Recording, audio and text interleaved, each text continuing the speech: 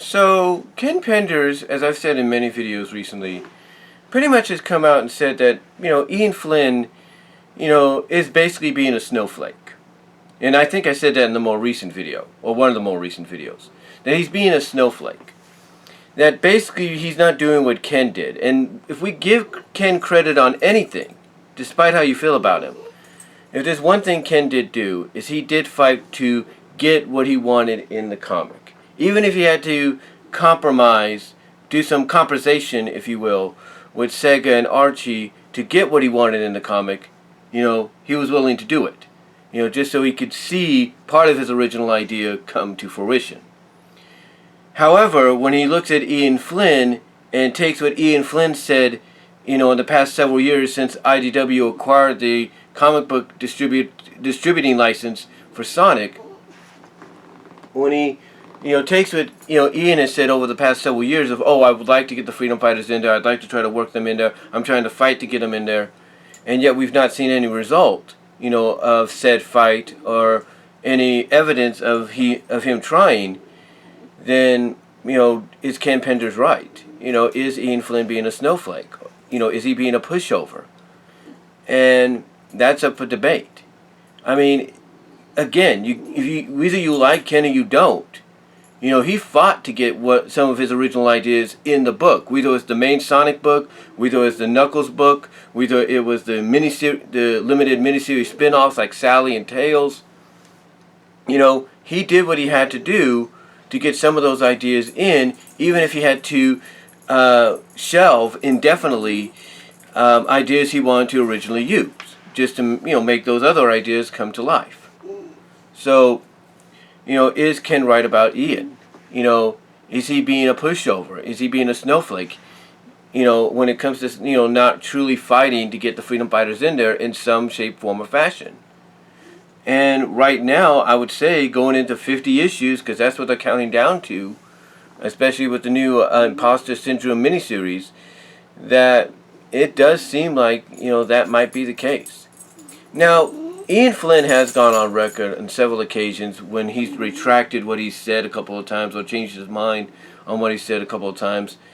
And Ian has basically stated that the comic itself is basically a continuation of Sonic Forces.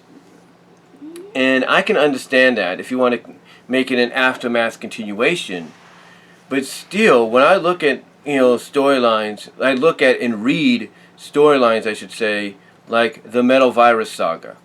When I read what's going on with, when I look and read what's going on with Starline, if you will, and this whole clone situation, of clones being created from DNA of Tails and Amy and Sonic. I look at all that and I'm thinking, okay, I'm like, okay, I could buy that being part of the aftermath, in the Sonic Forces continuity. But it feels more like something you would see, or would have seen, I should say, in the post-Archie Sonic reboot. The soft retcon reboot that started with 252. It's something you would have seen there, and not, as part of something that's, in the continuity of an established game, which, to me, is an alright game. Again, the selling feature of that game was you could create a character that represents yourself or represents someone like, say, Sally or Bunny from Saturday M and the Archie comics. But again, like I said, when I look at all these elements that he's throwing in there, if you will, what I see basically, long story short, is stuff you would see in the post-soft reboot and retcon of the Archie book starting with 252, if not after the whole Panic in the Sky situation. And one can assume that basically that some of these ideas that we're seeing coming to life in these stories might have been what was originally planned.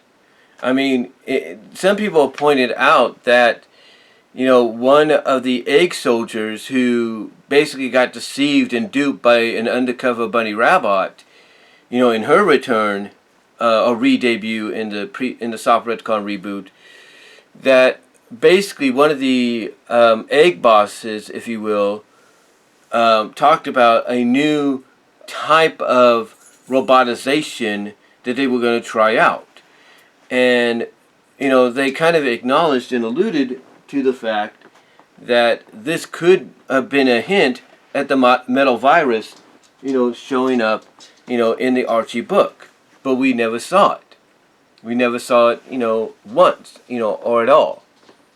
So, the question is, are some of these stories we're seeing right now from, Ian Flynn, Leah Baker, and even Evan Stanley, but mostly Ian Flynn, are some of these story ideas that are coming to life in the IDW book, as well as in the Imposter Syndrome miniseries upcoming, are these, story ideas that were originally planned for the Archie book?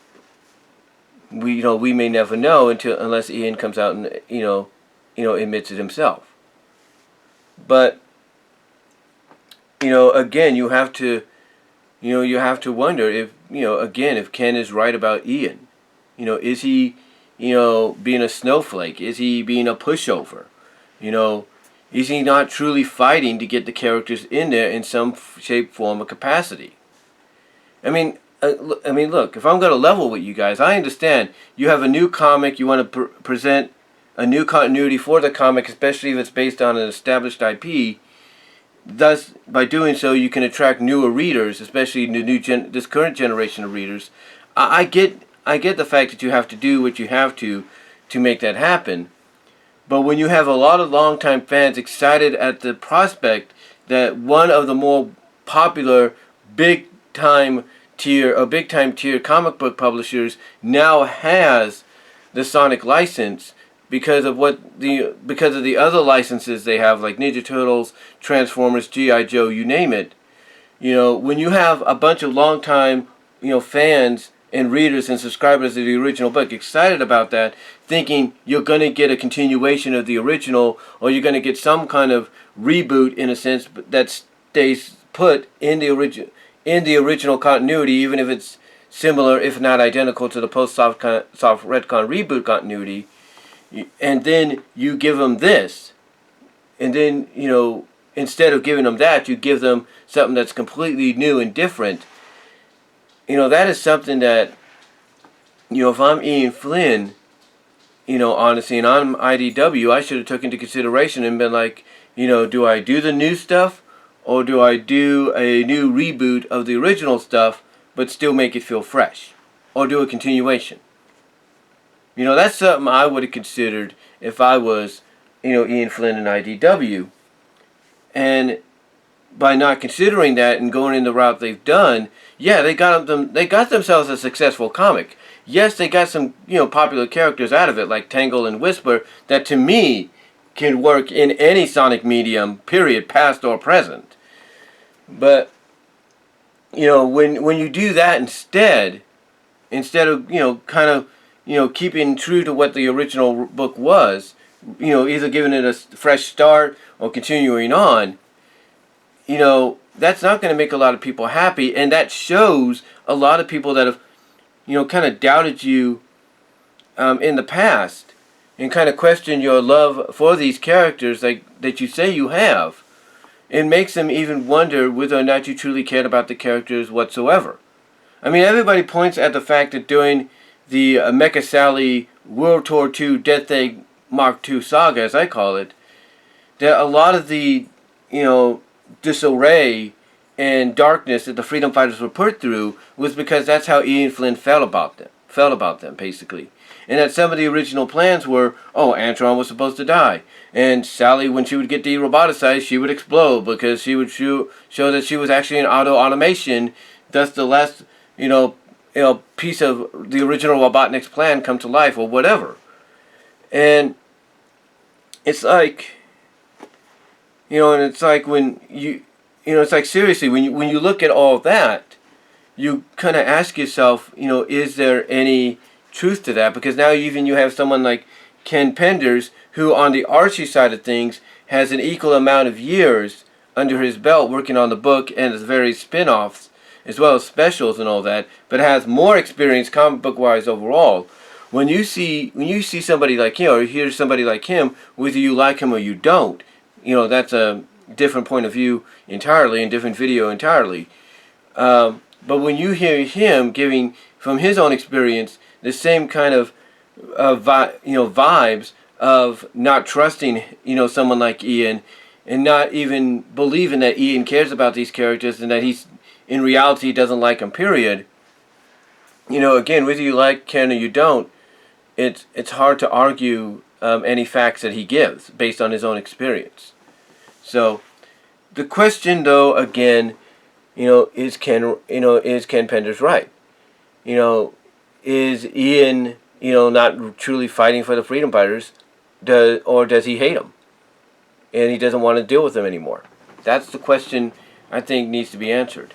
But let me know what your thoughts are down below in the comments, as well as in the live chat during the premiere. I do apologize for a little bit of the rambling, a little bit of the pausing, here and there, if you will. I'm doing this, of course, as you know, unscripted, and basically, coming up with stuff off the top of my head, just to, see what I could, get in there that would make sense with this topic, if you will. But again, let me know what your thoughts are down below. Comment if you like. Love to hear from each and every one of you. Live chat during the premiere. And I'm out.